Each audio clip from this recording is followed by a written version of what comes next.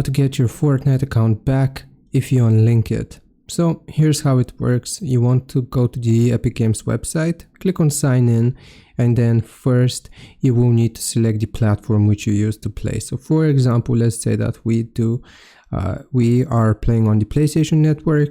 Here's going to show you the linked accounts. You will need to click on yes, continue, and create an account here. Now, what if you want to recover your account? So you will need to sign into the account which you use. So I'm just going to do that real quick. I'm going to sign in, and it might ask you for a verification code or send you a verification code on your email address. Afterwards, you will need to click on your name in the top right and then go into account. Now here you should see linked accounts.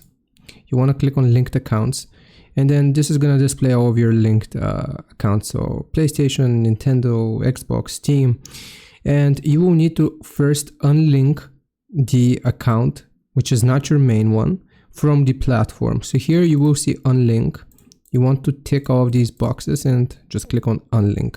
Now make sure that you are not unlinking your main account, because you will not be able to connect the same account to the same Epic Games account. So once you have unlinked from the spare account, then here at the top you will see link as an option, and you'll just need to click on it. So just like I'm doing for the Disney account, you will click on continue.